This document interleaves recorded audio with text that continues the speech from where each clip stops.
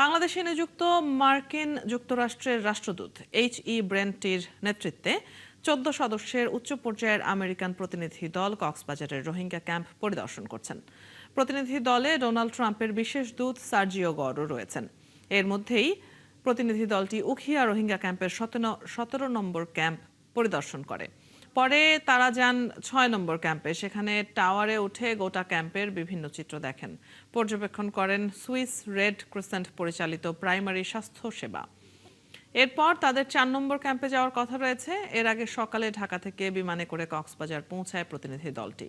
Camp পরিদর্শন শেষে বিকেল ৫:৩০টায় শরণার্থী ত্রাণ ও প্রত্যাবাসন কমিশনারের সাথে প্রতিনিধি দলের মতবিনিময় হওয়ার কথা রয়েছে।